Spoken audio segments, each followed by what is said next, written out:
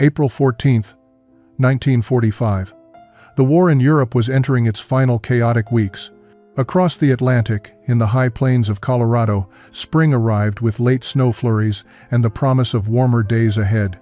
At Camp Greeley, a small prisoner of war facility nestled between wheat fields and cattle ranches, 43 German women sat in the mess hall, eating their evening meal of thin soup and dark bread. They wore faded gray uniforms, remnants of the Women's Auxiliary Corps they had served in before their capture 6 months earlier in France. Their faces reflected the weariness of uncertainty, of waiting for news about a war everyone knew was ending, but no one could predict the aftermath of. Among them sat 24-year-old Margrethe Schulz, a former radio operator from Munich who had spent the last 6 months trying to make sense of her new reality as an enemy prisoner on American soil. She had learned to navigate the strange routines of camp life, the peculiar kindness of some guards mixed with the cold indifference of others, and the desperate loneliness that came from being thousands of miles from everything she had once called home. As she lifted her spoon to her lips, the mess hall door opened with a gust of cold air. Captain Jane Morrison entered, accompanied by a tall man in civilian clothes, wearing a weathered cowboy hat and boots that had clearly seen years of hard work. The room fell silent as it always did when authority entered, but this time there was something different in the air. The man looked uncomfortable, turning his hat in his hands as Captain Morrison called for attention. The women rose from their benches in practiced unison, their military training still evident despite months of captivity. "Ladies, this is Mr. Thomas Henderson. He owns the Triple H Ranch about 5 miles from here," Captain Morrison announced. The man nodded awkwardly, his weathered face creasing into what might have been an attempt at a smile. "Mr. Henderson and several other local ranchers have made a request that I've decided to grant.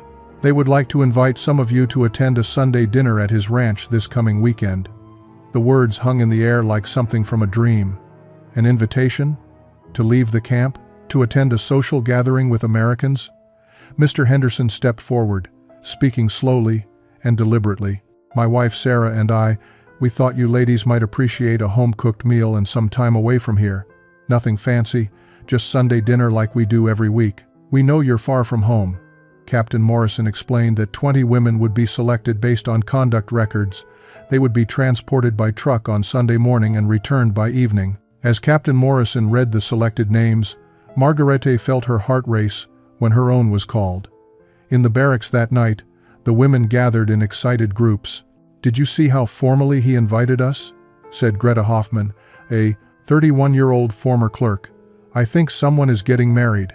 The suggestion sparked immediate speculation. It made perfect sense. Why else would ranchers invite enemy prisoners to their home for a formal Sunday meal?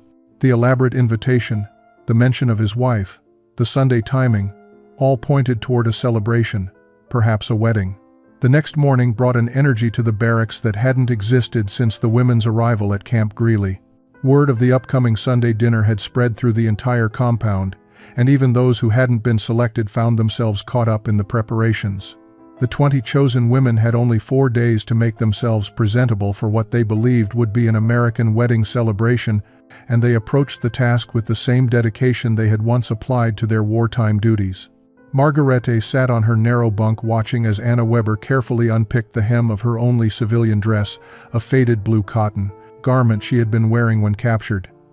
"If I let this out just a little," Anna murmured in German, her fingers working the threads with practiced precision, "it will hang better.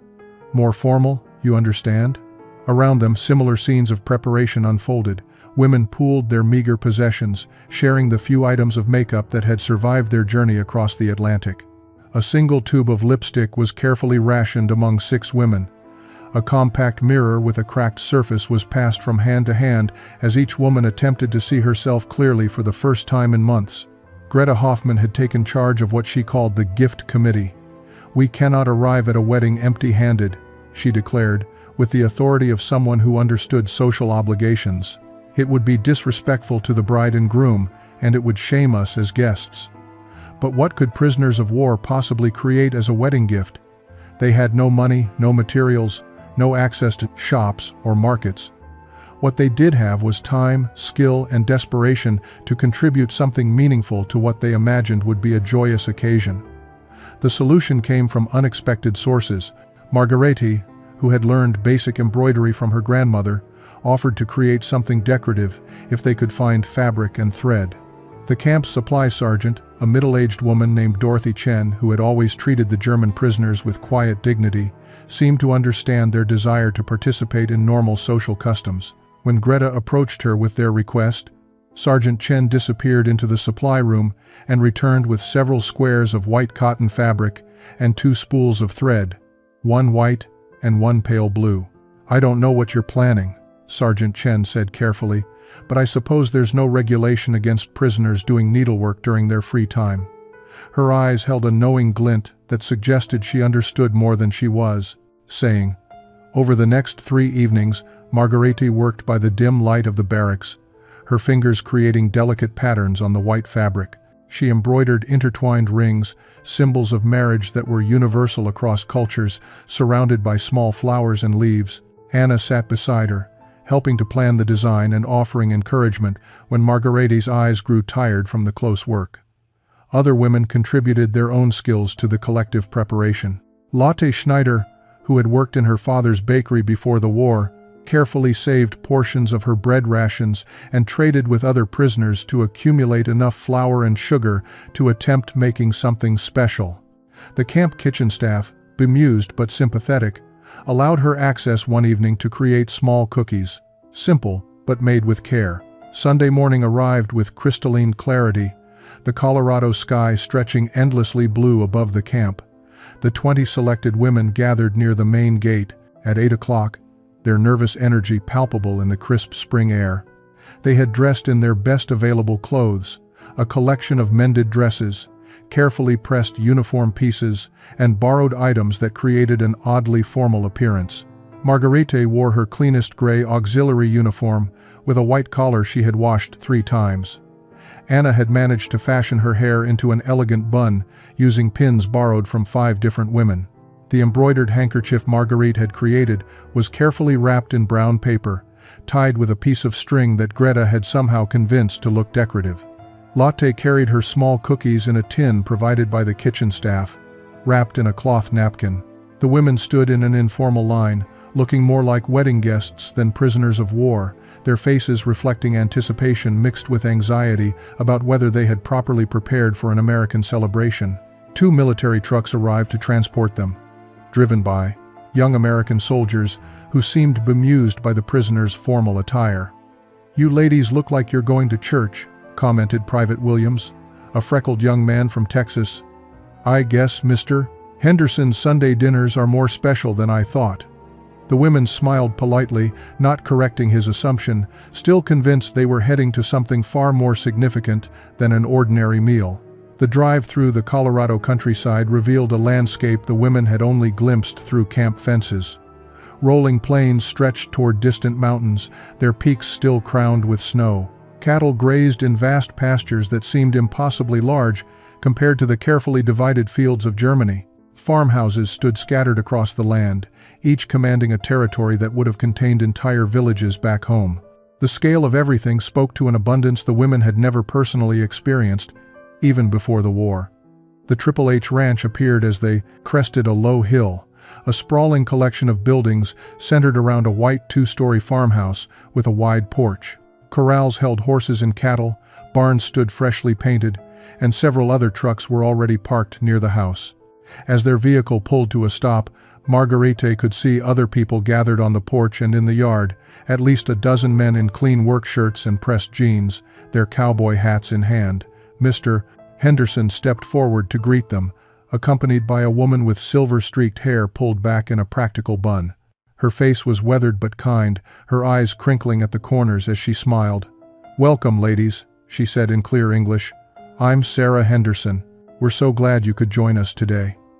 The German women climbed down from the trucks, clutching their small gifts, their eyes scanning the gathering for signs of the bride and groom they expected to see. Anna leaned close to Margarete and whispered in German, "Perhaps the ceremony was earlier? Perhaps we're only here for the reception?" Margarete nodded, though doubt was beginning to creep into her mind.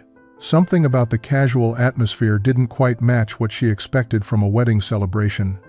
But before she could voice her concerns, Mrs. Henderson was gesturing them toward long tables set up in the yard, laden with more food than Margarete had seen in years.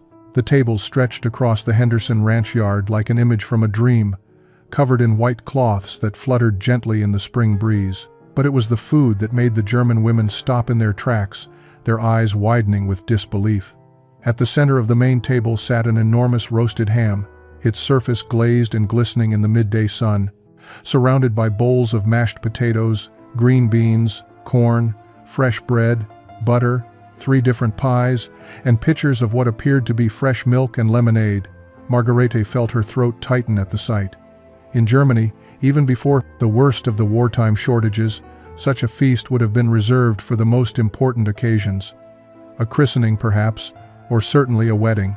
The sheer abundance before her seemed to confirm everything they had assumed about this gathering. This had to be a wedding celebration. Nothing else could justify such extravagance, such a display of plenty in a world where most people were learning to survive on less and less. Mrs. Henderson, Greta stepped forward, her English careful and formal.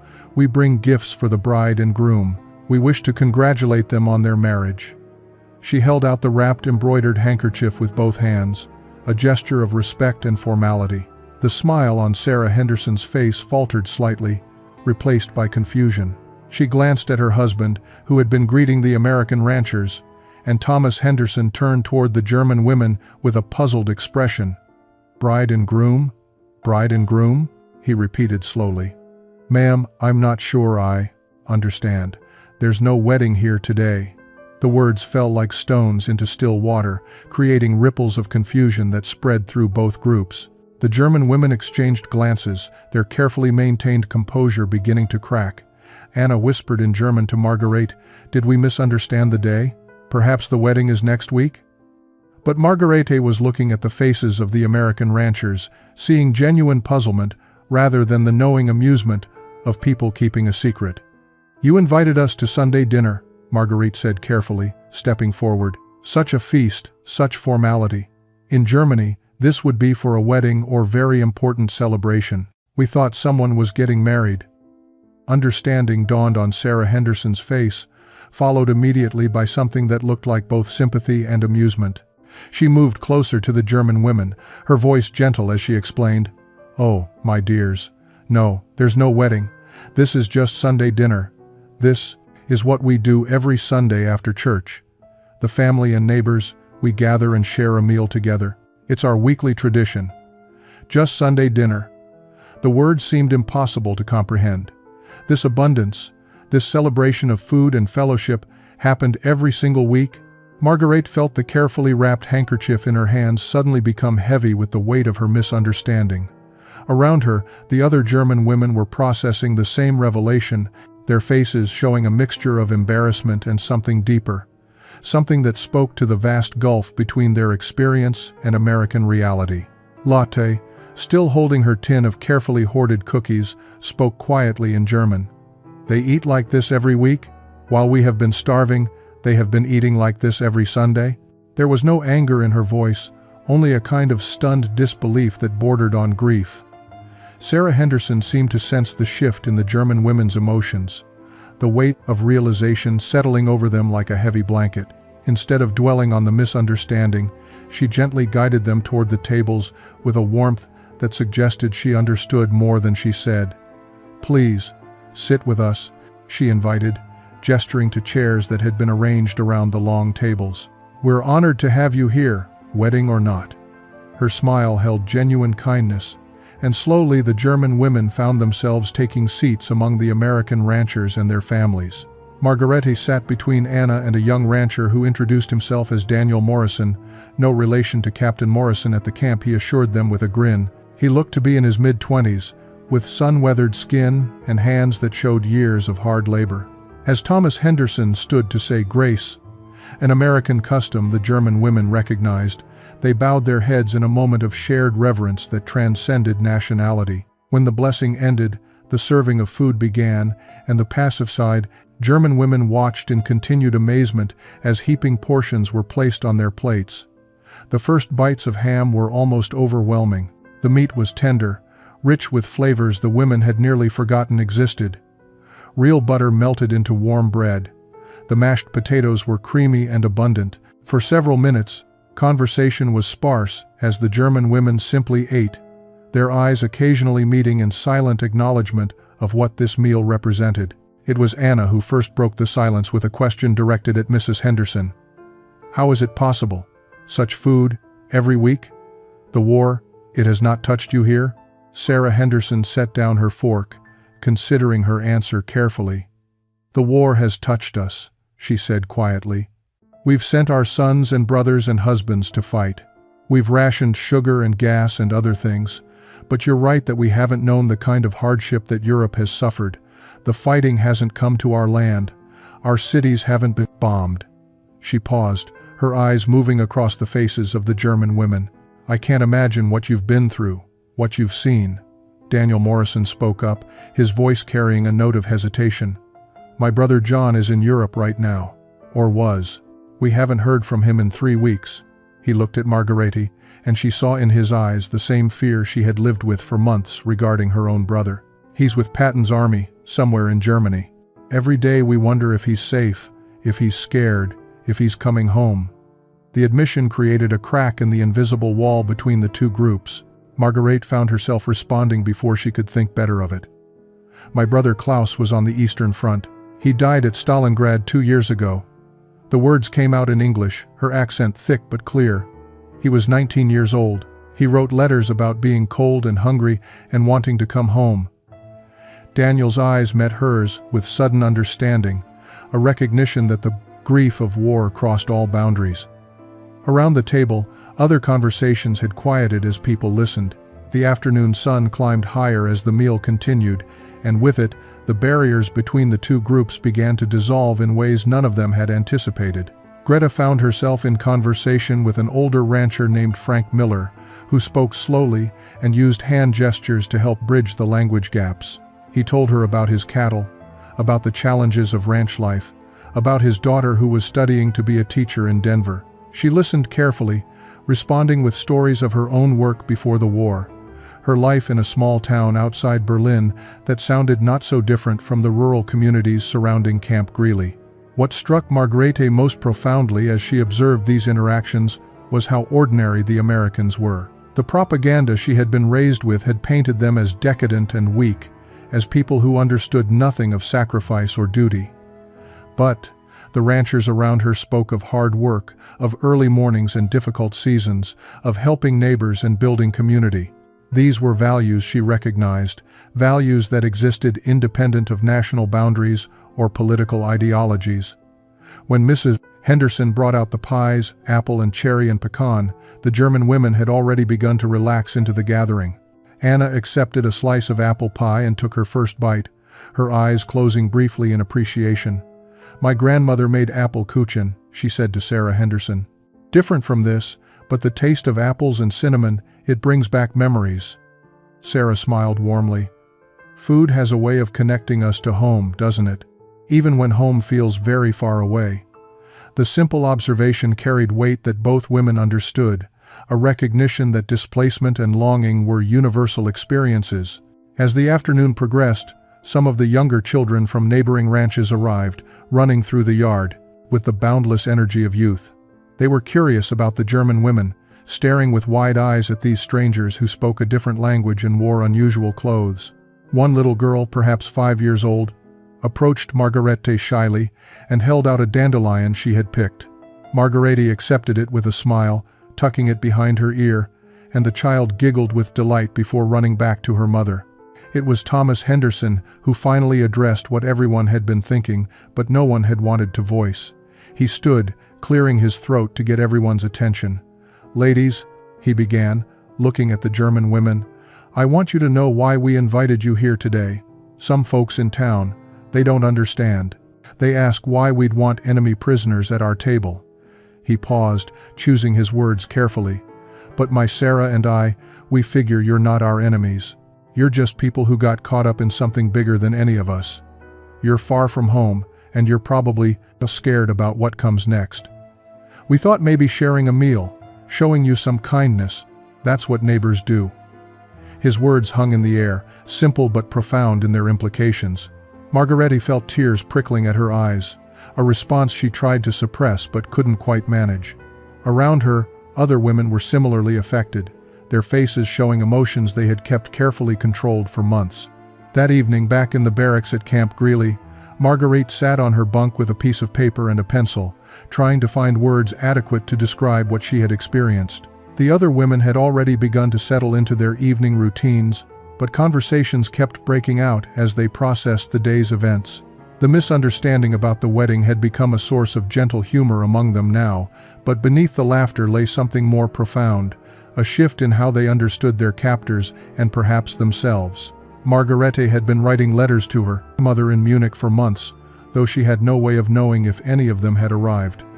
The postal system in Germany was chaotic, and her mother had been evacuated from the city after the last major bombing raid.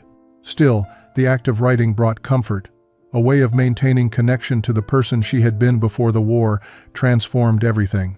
She began as she always did, with a date and a formal greeting, but then she paused, her pencil hovering over the paper as she tried to capture the day's strange mixture of embarrassment and revelation. "Dear Mutti," she wrote in German, her handwriting small and precise to conserve the precious paper. "Today I attended what I thought was a wedding celebration. We prepared for days, creating gifts and making ourselves presentable, convinced that the American ranchers were inviting us to honor a bride and groom. You can imagine our embarrassment when we discovered it was simply their Sunday dinner, something they do every single week. Mutti, I wish I could make you understand the abundance we saw, a ham larger than any I remember even before the war, fresh bread with real butter, vegetables and fruits and 3 kinds of pie, and this is what they call an ordinary Sunday meal." She paused again, aware that her next words might be dangerous if the letter was intercepted and read by authorities on either side. But the need to express her confusion and her changing understanding was too strong to suppress completely. "I have been thinking about what we were told about America, about the Americans themselves. We learned that they were soft, morally corrupt, incapable of real sacrifice. But Mutti, the people I met today were not so different from us. They work hard. They care for their families. They worry about their sons and brothers fighting in Europe, just as we worry about Klaus, though of course Klaus will never come home." The mention of her brother brought the familiar ache of grief, but she pressed forward with her writing. "One of the ranchers, a young man named Daniel, told me about his brother who is somewhere in Germany right now with the American army. I saw in his eyes the same fear we have all lived with. His brother could be in the same places where Klaus fought and died. Perhaps they even stood on the same ground, separated only by time and the side they were told to fight for. How strange that feels, Mutti. How wrong it seems that these people who share our values and our griefs were our enemies." She knew she was being too honest, perhaps dangerously so, but something about the day had broken open a door in her thinking that she could not close again. The weeks following that first Sunday dinner brought changes to Camp Greeley that no one had anticipated. Thomas Henderson returned the following Tuesday with a request to speak with Captain Morrison. He stood in her office, hat in hand, explaining that several of the ranchers in the area needed help with spring planting and wondered if some of the German women prisoners might be available for work details. The request was unusual but not unprecedented. Male German prisoners across America had been working on farms and in factories for months, helping to address the labor shortage created by American men serving overseas. Captain Morrison considered the request carefully. The women under her supervision had been model prisoners, causing no trouble and following every regulation with precision. Many of them seemed to be languishing in the camp, their skills and energy wasted on make-work tasks and endless waiting. The opportunity for meaningful work, for interaction with the community beyond the fences, might be beneficial for everyone involved. She agreed to a trial arrangement. 10 women, including Marguerite and Anna, would be transported to local ranches 3 days a week to help with agricultural work. The first morning of the new arrangement arrived with a mixture of excitement and nervousness among the clown and selected women. They climbed into the truck, wearing their work uniforms, uncertain what would be expected of them but grateful for any change to their monotonous routine. Marguerite and Anna were assigned to the Henderson Ranch, along with Greta and 2 other women named Helga and Liese. When they arrived, Sarah Henderson was waiting with work gloves, simple dresses to wear over their uniforms to protect them from dirt, and a warm smile that had become familiar. The work was hard but honest. They helped plant vegetables in the kitchen garden, mended fences, cleaned animal pens, and performed dozens of other tasks that kept a ranch functioning. For women who had spent months in captivity with little purpose beyond surviving each day, the physical labor was surprisingly satisfying. Their muscles ached, their hands developed blisters that slowly turned to calluses, but they felt useful in a way they hadn't since before their capture. More importantly, they found themselves working alongside the Henderson family and neighboring ranchers, sharing tasks and slowly building something that resembled friendship. Daniel Morrison began appearing at the Henderson ranch regularly, ostensibly to help with heavier tasks, but clearly interested in the work the German women were doing. He made an effort to learn German phrases, his pronunciation terrible but his enthusiasm genuine. The women responded by practicing their English with him, creating conversations that mixed both languages and involved considerable laughter at misunderstandings. Marguerite found herself looking forward to these interactions, to the way Daniel treated them, not as enemies or prisoners, but simply as people learning to navigate an unfamiliar world. One afternoon, while mending a section of fence, Daniel worked alongside Marguerite in comfortable silence before speaking. "I got a letter from John yesterday," he said quietly. "My brother. He's in Bavaria now. Says the fighting is over in his area. He wrote about the German people he's meeting, how they seem just as tired of the war as we are." Marguerite paused in her work, meeting his eyes. "I am glad your brother is safe," she said simply, and meant it with surprising sincerity. May 8, 1945. The announcement came over the radio in the camp's common room, crackling through the static with words that everyone had been expecting, but somehow still arrived as a shock. Germany had surrendered. The war in Europe was over. Victory in Europe Day, the Americans called it. And across the United States, celebrations erupted with church bells ringing and crowds filling the streets in jubilation. At Camp Greeley, the atmosphere was far more complicated, a strange mixture of relief that the killing had stopped and uncertainty about what victory and defeat would mean for the women held behind the wire. Marguerite sat on her bunk that evening, listening to the muted sounds of American soldiers celebrating in the distance. Around her, the German women were silent, each processing the news in her own way. The war was over, which meant they would be sent home, back to Germany. But what Germany would they be returning to? The reports filtering through had painted a picture of complete devastation. Cities reduced to rubble, millions dead or displaced, the country divided and occupied by foreign armies, the ideology they had been taught to believe in revealed as something far darker than any of them had understood. Anna sat beside her, tears streaming silently down her face. "I don't know if my family is alive," she whispered in German. "I don't know if our house is still standing. I don't even know which zone Hamburg is in now." She looked at Marguerite with eyes full of fear. "What are we going home to?" It was a question none of them could answer. Over the following weeks, the process of repatriation began for German prisoners across America, but the situation for the women at Camp Greeley remained uncertain, complicated by the fact that many had no confirmed families to return to. Captain Morrison called a meeting in early June to explain the procedures. They would be processed through displaced persons camps in Europe, provided with documentation, and released to make their way back to whatever remained of their homes. Her voice was professional but not unkind as she outlined the timeline. Transportation would be arranged within 8 weeks. The women should prepare themselves for departure and for the difficult conditions they would likely encounter upon arrival in Germany. The announcement left the barracks heavy with anxiety and whispered conversations that stretched late into the night. Marguerite found herself thinking about the life she had begun to build during her months of work at the Henderson Ranch. She had learned skills she never knew she possessed, discovered strengths she hadn't known existed. More than that, she had found acceptance and purpose in this strange place that was supposed to be enemy territory. The thought of leaving felt like tearing away from something precious, but the guilt of staying while her country suffered seemed equally unbearable. The internal conflict kept her awake most nights, staring at the ceiling and finding no clear answers. It was during one of their workdays at the ranch that Sarah Henderson approached Marguerite with careful words. "I know you're facing difficult decisions," she said gently. Thomas and I want you to know that if you choose to stay in America, we would be honored to sponsor you."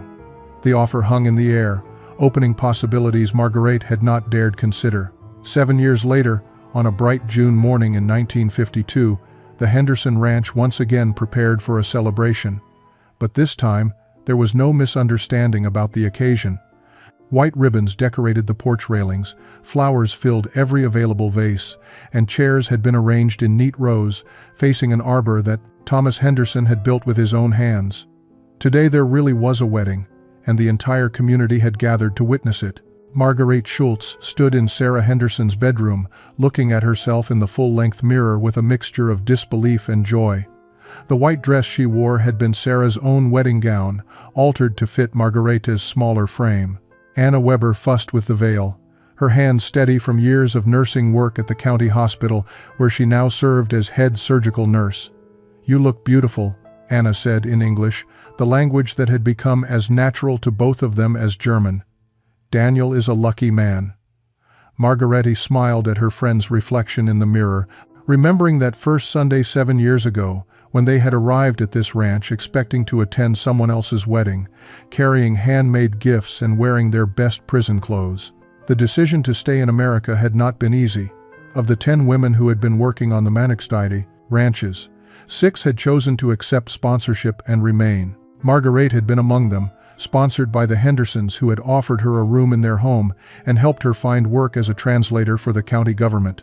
The transition from enemy prisoner to immigrant to citizen had been a long journey, marked by paperwork and interviews and the constant work of proving herself worthy of the second chance she had been given. Her relationship with Daniel Morrison had developed slowly over those years, built on shared work and growing respect that gradually deepened into something more. He had been patient with her fears and her guilt, understanding that her past would always be part of who she was. When he finally proposed 6 months ago, kneeling in the garden she had helped plant that first spring, she had said yes while crying tears that mixed grief for all she had lost with gratitude for all she had found. Now, as she walked down the aisle on Thomas Henderson's arm, the man who had become like a father to her, Marguerite saw the faces of the community that had accepted her. Greta sat in the front row beside her American husband. Other women from that original group of prisoners were scattered throughout the gathering, each having built new lives from the ruins of their old ones. And there, standing at the altar with tears in his eyes, was Daniel, the young rancher who had seen past her uniform to the person underneath. The ceremony was simple but profound. When the minister pronounced them husband and wife, the gathering erupted in applause. After the ceremony, tables were set up in the yard, laden with food that once again included a magnificent roasted ham. This time Marguerite understood exactly what it meant. Not a wedding feast in the formal European sense, but something perhaps more meaningful. An American celebration of community, of second chances, of enemies who had become family.